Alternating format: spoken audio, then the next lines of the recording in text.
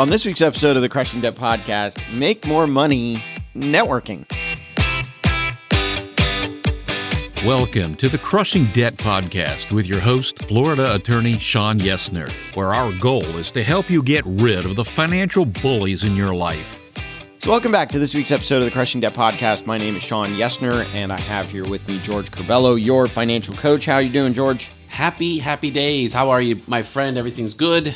Feeling good. I feel healthy for some reason. So I must be doing something right there, but we're good. We're good. Like you accidentally caused yourself to feel good? Yeah. I got the feeling like all of a sudden I woke up and I'm like, wow, sleep and rest actually work. Who knew? For me, it was some Jack and Diet Coke last night that caused me to get a good night's sleep. Well, we all have our understand what we need to feel good and responsibly. Of course. I think I had two responsibly. That's good. That's good. You were home? No, I was out. Oh, well, okay. And then I went home. There you go. That's all right. But I made sure I was okay to go home. There you go. I like it. No. This is not a criminal law podcast. We'll just say this is not. It won't turn into that. That's right. What So one of the reasons I wanted to do this episode today is a lot of you know that, or will know, or have heard, or will hear, Yesner Law is sponsoring an event by ActionCOACH Tampa Bay. We're calling it the largest networking event in Tampa Bay. It is February 17 of 2023. So as you're listening to this episode, you'll have about 2-3 weeks left before the event happens. If you're listening after February 17, I'm sorry you missed it, but maybe ActionCOACH will bring it around again. One of the things that ActionCOACH did in terms of my sponsorship of the event was they sent me a list of 10 networking tips that I could share with my audience to encourage them to come and network at this event. And I've done episodes like this before. I'll take a look and see what previous episodes I have in the show about how to network at an event. But I thought it'd be good to revisit that topic because while I love ActionCOACH, and Ford, if you're listening, Barb, Juliet, if you're listening, love ActionCOACH, but I didn't 100% agree with all of your 10 networking tips. Shocking. No. So say it in Shawn. I know. So what I thought I'd do is we'd go through those 10. We'll see what George has. I'll tell you what the tip was and why I agreed or disagreed. We'll get George's comments on it. Now, before we get there, I do want to talk about our show sponsors. So our first one is Sam Cohen. He owns Attorneys First Insurance. Sam provides errors and omissions insurance, basically malpractice coverage, to attorneys and title companies all over the country. Florida, Alaska, Texas, other states, regardless of where you live in the state of Florida. If you are an attorney or title company and you want an apples-to-apples comparison of what are you paying now versus what could your malpractice coverage be, you need to contact Sam. The other thing there is even if you've had a claim, Sam can get you coverage. Now, it may not be the best coverage. It may not be the best interest rate, but he can still get you coverage even if you've had a claim. But let's launch into kind of the topic here. And so I'll just go through the list, and as you think of stuff, George, let me know. But the first one I did agree with. Always be interested, not interesting. It's more about them than you. The one thing I've learned being a new business owner as well is you're absolutely, I think it's right where we think it's about us, right? But in order to really, good networking is building relationships. So it really comes back to like, what are they, what are some of the other business owners, what do they do? How do they do it? Because you want to be in that mode of always like learning, from other individuals itself. So that makes total sense. I like that. But people don't, when you go to a networking event, people don't want to hear all about you. People want to talk about themselves. There's something that I learned years ago called the networking disconnect. And what it is people, and I think Dr. Meisner from BNI talks about it. Tom Fleming, who's been on the show a couple times, talks about it. He's with Ascentive with Tiffany Kellogg. One thing that they talk about is if you look at the number of people at a networking event and then you were to poll them and you'd say, how many of you are here to sell something? They would all raise their hand. Right. But if you say, how many of you are here to buy something? None of them, one of them, two of them would maybe raise their hand. People are interested in selling what they've got. They're not interested in buying interested in buying at a networking event. Right. So if you're talking about them, if you're being interesting, if you're engaged, if you're focused on them and not yourself, the chances of you making the sale at a later point go way, way up because they think you're a great conversationalist, you're genuinely interested in them. Right.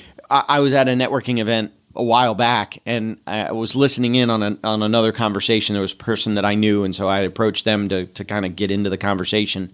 The person they were talking to actually said, well, you know what's great about me is...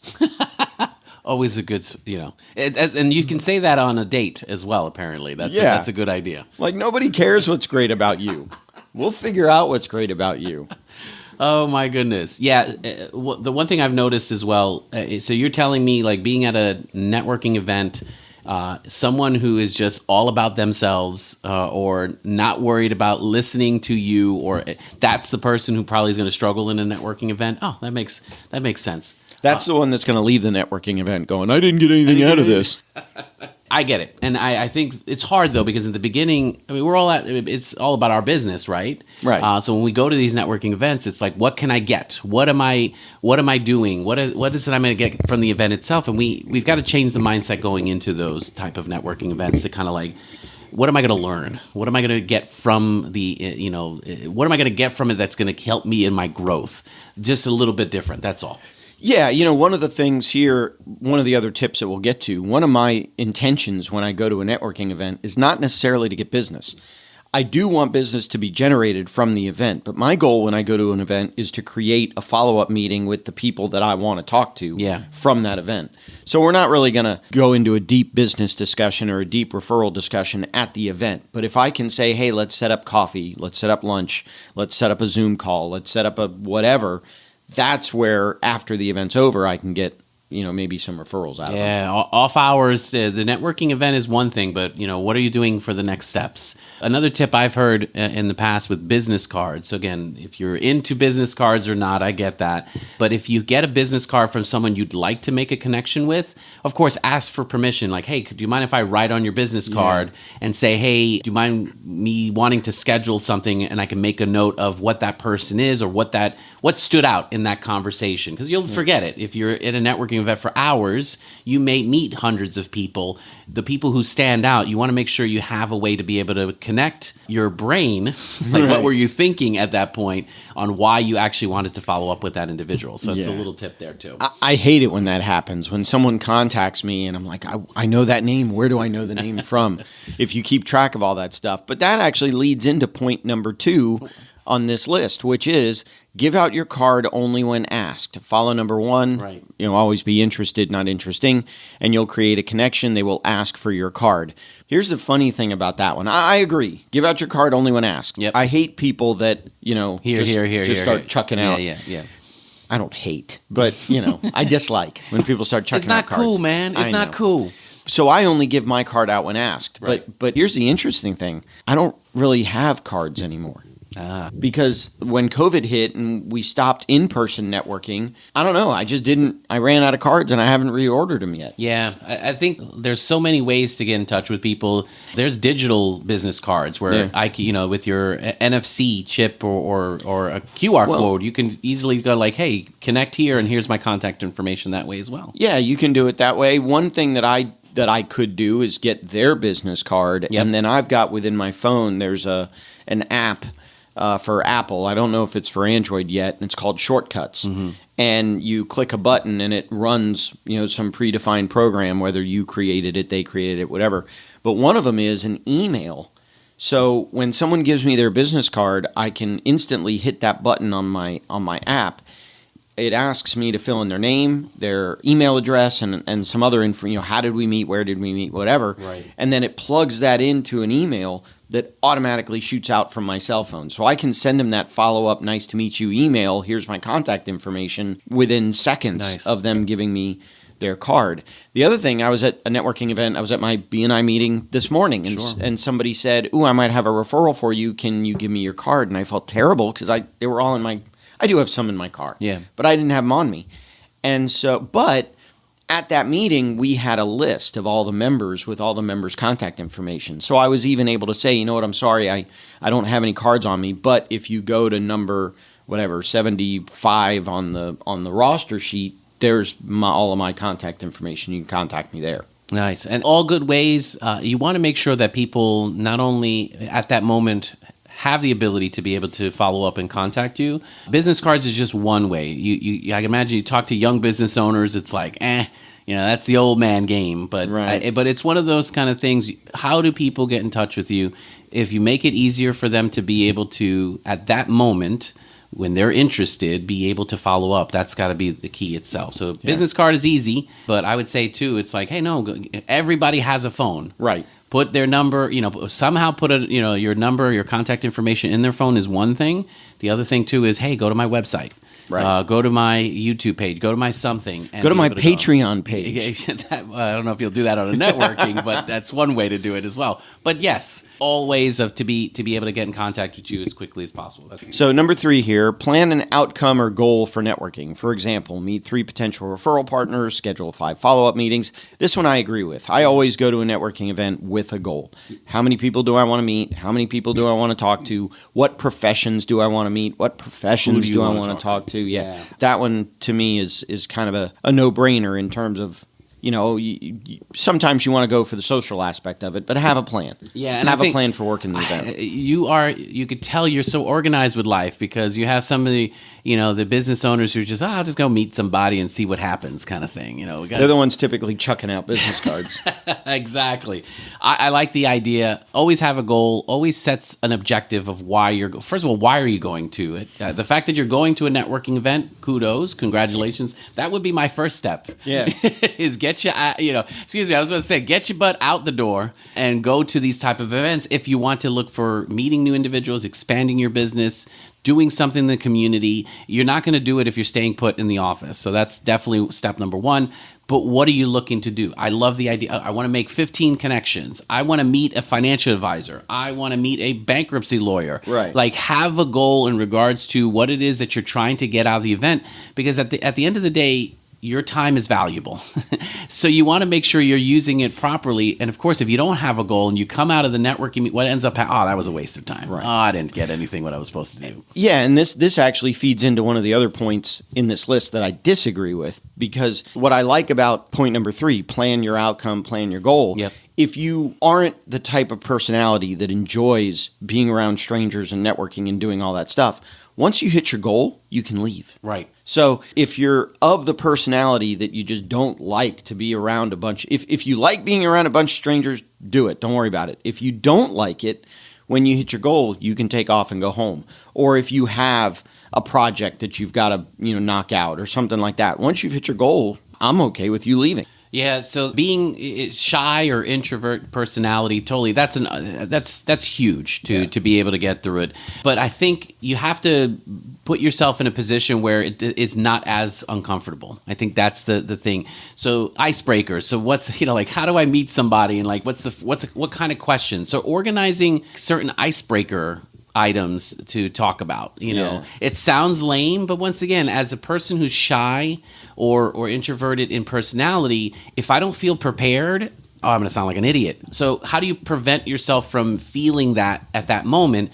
Be prepared in regards to questions you may ask, things you want to know. And once again, if you stay away from your me mentality and go, hey, what about you? What do you do? How do you manage these certain things or whatever it might be? Just asking that question. Everybody loves talking, right? Everybody loves to be able to somebody's interested in me.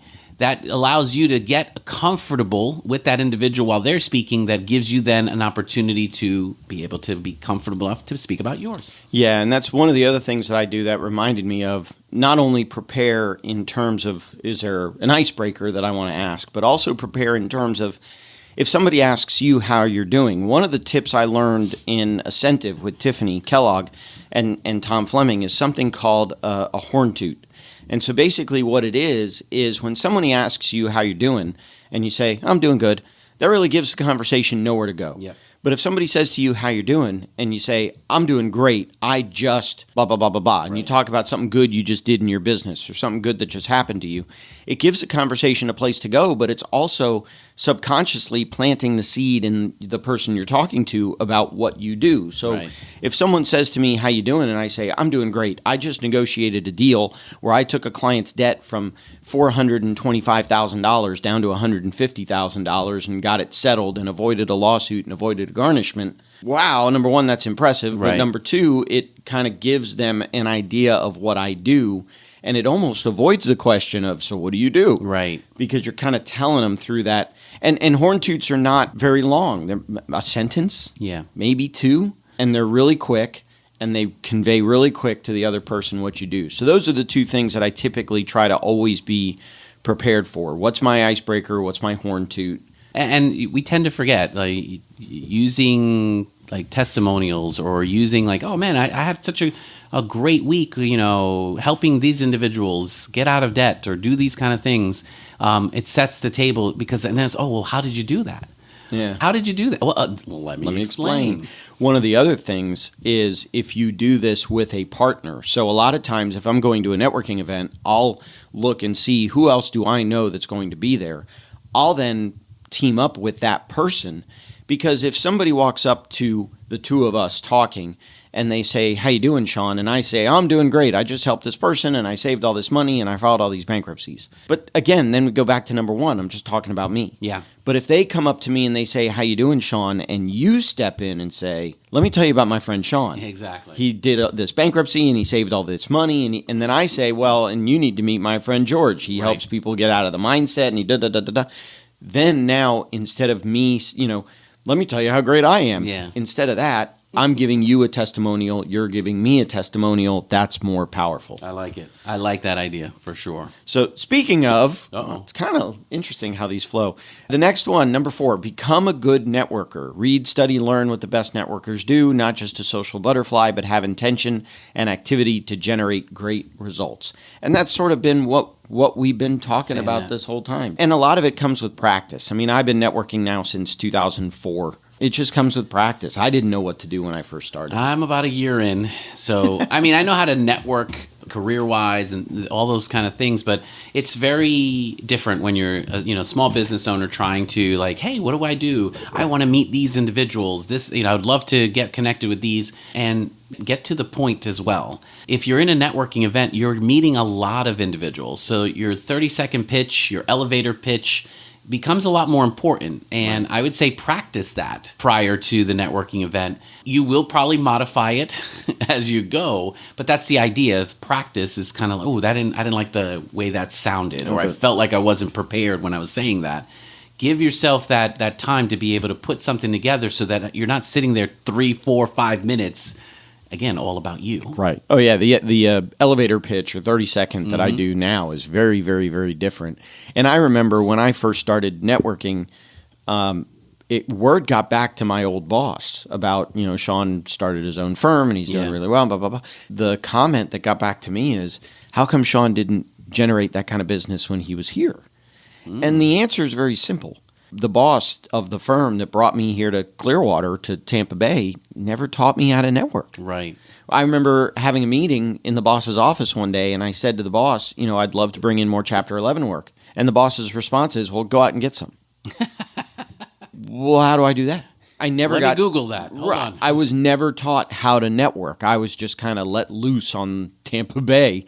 So now that I know a little bit better how to network, it's a lot easier to generate the business. Plus, it's a different mindset when you got to eat what you kill. Yeah, that's true. That's true. It's a nice way to put it, too. I like that. The one thing I've realized with networking is it can be feeling awkward. There's this feeling of like, oh my goodness, what am I going to do? How am I going to do? What am I speaking about? Those kind of things. And I think just for me, I think being more prepared allows that to make that a lot easier. I think for a lot of business owners, one thing I would say too is like know your worth. What are you bringing to the table itself as a business owner? What is the services and products that stand out? What's going to make you different? Because I guarantee you there's probably a ton of bankruptcy lawyers or a ton of financial coaches. What are we doing differently? If someone really nails me down to it, I'll tell them I'm a bankruptcy attorney. But when I meet people, I don't tell them I'm a bankruptcy attorney. I say I'm an attorney. They say, oh, what kind? I say I help people get out of debt. Because I don't want to be labeled, oh, you only do bankruptcy. Right. Or, bankruptcy is the scarlet bee. I don't want that. So I help people get out of debt. I help people have more money at the end of the month. That's part of where that thing came from. Exactly. Which I screwed up this morning. I couldn't believe I did that. That's okay. But It's all right. We all, I'll screw it up later. It's all right. So, again, you can't see my screen. Can you see my monitor? I am old, so no, I can't see that kind of distance. So point number 5 here, know your audience. What is your message? If they could buy from you, market to them. If not, market to who they know. That one is one I kind of disagree with. So know your audience, yes. What is your message? Yes. If they could buy from you, market to them. I think that goes back to point number one. I'm not going to market to somebody at a networking event. Right. But the last one, market to who they know, that I'm absolutely going to do. Yeah. You know, hey, do you know any business owners? Do you know any financial advisors? Do you know any business brokers, CPAs, realtors? Those are the questions that I'm going to be asking the people that I talk to. I want them to refer me to the people that they know because, you know, hey, you in a lot of debt? That's a really hard conversation to teach someone to have. Absolutely. At a networking event. At a networking event. Yeah, my business is not doing so well, but let's. For me, I think just keep it simple and like who you already have your goal of who you want to talk to. That for me is then your reason for follow up. You know what I mean? Like, oh, you know this and such person. Let's have business card. Let me write it on and let's have a conversation later. Let's have a one-on-one later after the meeting or the event is done, because then there's a reason for the follow-up. You can mark it at that point if that's the case. But you know, I know these people exist. I know that there are people that go to a networking event because my business is on its last legs. I need to go to this networking event to generate more business. Otherwise, I'm going to have to shut down. I know there are people that go to networking events for that reason. None of them admit it. No. So for me to find that person, that's the proverbial needle in the haystack. Yep. Because none of them are going to admit it. They're going to dress as well as they can. They're going to have their business cards. They're going to project an image that they're cool, calm, and collected. Yep. The next one here is one I definitely I agree with, but I'm going to be funny and say I definitely disagree with. Got it. It says, don't eat or drink too much. No one likes a messy networker. Okay. So I get it. Yes, don't drink to excess. Don't eat so that you know, occasionally the spill will happen, but don't eat so much that you're covered in food, and don't drink to the point that you're falling down drunk. Got it. No Dorito fingers. Gotcha. Exactly. No problem. All right. Easy. So I agree with that, but you know, I'm also the type that if there is alcohol at the networking event, I may have a glass or two. Yeah. But again, I'm not gonna get sloppy drunk. Everything in moderation. I think. But I don't know. I guess if you're hungry, if it's an evening event, you know, might have food. But you know, stay away from like sauces, anything that can drip, right? You know, that kind of thing. But I agree. I think it's just in moderation. We're all adults. Okay. Number 7 is one I think we've already covered. Be sure you have cards or a way for people to connect with you. Digital is good. Old style paper is fine too. I agree. Yeah, I agree there. Again, I probably will have to start making sure I have cards on me. The 8th one, the next one, is one I definitely disagreed with, and it goes back to one of the points I made earlier. But number 8 is plan to arrive early and plan to stay late. It's an investment. Use it properly. Plan to arrive early, I definitely agree with. Yeah. And one of the things that I do when I go to a networking event, I try to get there early. Number 1, it's always been kind of beaten into me. If you're on time, you're late. Yeah. And I get being fashionably late, but you know, whatever. I like to not in business. I like to be there. I like to find my parking space. I like to get, because I am, believe it or not, I am an introvert. So I like to get the lay of the land. I like to, where are the bathrooms? Where are the bars? Where's the food? Where are people sitting? Where are the bars? I like that. I want to know the layout. Just in case. I want to know the layout of the room.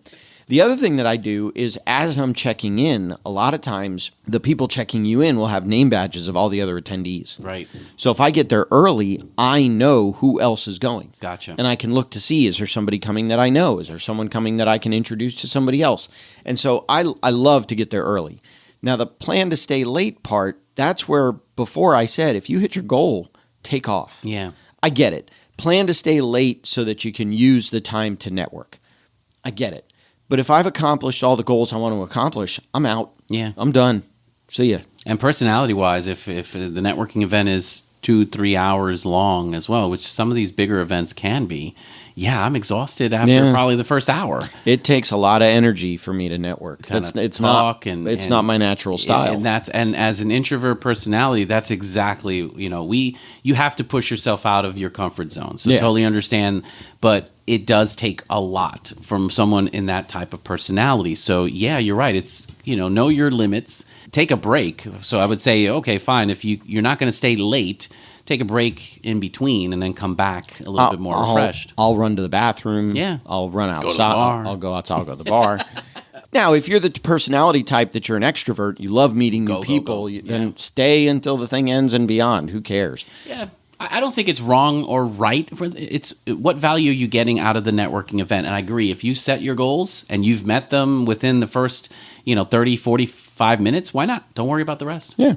Okay, number 9, bring others and network together. The more the merrier. Your fellow networkers will appreciate meeting more people. That's kind of what I talked about earlier about tag team networking. And yeah, I mean, bring others. That's part of what I'm trying to do with this largest networking event in Tampa Bay. I'm trying to bring all of you, the listeners, to come with me so that we can network together so that I can support Ford and Barb and Juliet and ActionCOACH in their event. Plus, again, we'll get to meet Brad Sugars, who's a multi-bajillionaire who created ActionCOACH and a whole bunch of other companies. Makes sense. So, yeah. I like to bring a buddy. Once again, if your personality is in that mode where a support person there, being there, makes networking a lot easier. You just helped yourself, and you have them now. If it's a business person, you don't know who they're going to meet. You don't know who you're going to meet, who you're going to be exposed to, and a lot of it is not just business. You might meet people who you can hang out with, and be friends with in time. So it's one of those kind of things. If it prevents you may meet people you can co-host a podcast. There you go. Exactly. Just little things like that. So I think it's one of those kind of things. A great tip. We think it's like we're doing this alone. I did my business alone. I could do. It's like no. Let's try to learn to be a little bit better and bridge and have some friends to help us along. So the last one here, one I kind of agree with, kind of disagree with. Give referrals, give out connections, be valuable to your networking buddies. I definitely agree. Be valuable to your networking buddies. I definitely agree. Give out connections. The one I disagree with is give referrals. Yeah. Now, that may go back to my personality and my behavioral style. I don't necessarily, and sometimes I do, sometimes I don't, give a referral to somebody I just met. Yeah, I agree. Now, I don't mind making a connection for them. Yeah. And then let the connection figure out if they want to do referrals. But if I'm meeting you for the first time, I don't know that you're competent at what you do. I don't know that you can handle the referral that I might want to give you. Some of this information I don't know. And so for me personally, I have no problem giving out connections. I have no problem creating value. I don't know that I'm the type that would give a lot of referrals at the event. Referrals come with trust and building relationships. The networking event allows you to start that process. But I agree. I think it's tough to be able to hey, I just met you. I know a guy. So again, you need to meet this person means connection. Doesn't necessarily mean business. I like your thought process. I agree. I'm a little bit more stingent. You're like, oh, no. I'm going to be stingy and say, nope. I need to know who you are, why you're good at what you do, and build that relationship before we can get to that, that level of, sharing business and clients. Yeah. No, I agree with you there. So those are the 10 that ActionCOACH sent out in terms of their event, which, again, is February 17, 2023. It is at Armature Works. For those of you in or around the Tampa Bay area, it's going to be at Armature Works. Those are their 10 networking tips. A lot of them I agreed with. Some of them I tweak a little bit personally for me, but a lot of them I agreed with. But what do you think if you're listening? Let us know. Hit us up.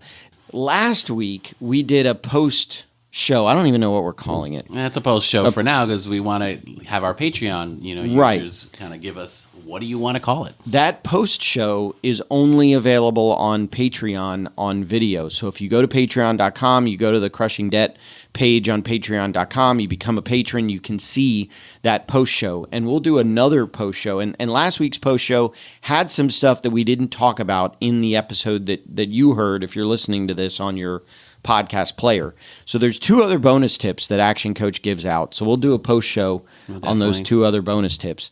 If you want to go to the event, if you want to network with me, and I'm going to convince George to go. I'm going. If you want to network with me and George and ActionCOACH and Brad Sugars and all them, let me know. I'll send you a link. You use that link. The ticket's only $47. Normal price is some obscene amount of money, but using my link is $47. I've only got a limited number, so if you want, let me know. Yeah. Otherwise, I do want to talk about our second sponsor, Mark Purvis.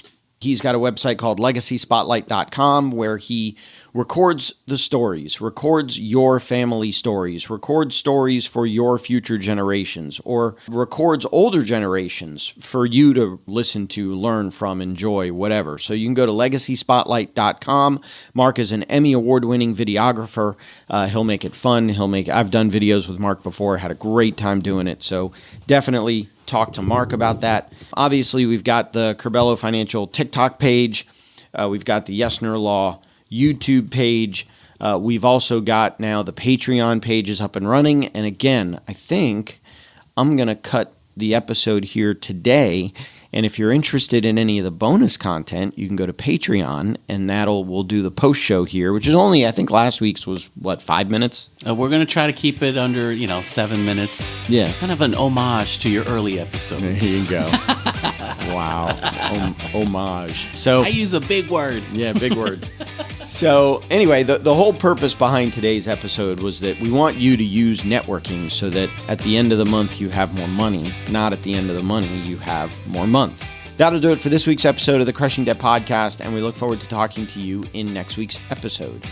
If you have questions that you think would make a great topic for a future episode, please email Shawn or connect with us on social media. Shawn Yesner and Yesner Law PL are Florida licensed attorneys. The information contained in this week's episode is not a substitute for legal advice. Your situation may differ, especially if you are located somewhere other than the state of Florida. If you have questions, please contact our office or contact a local attorney. Thank you for listening to this week's episode of the Crushing Debt Podcast.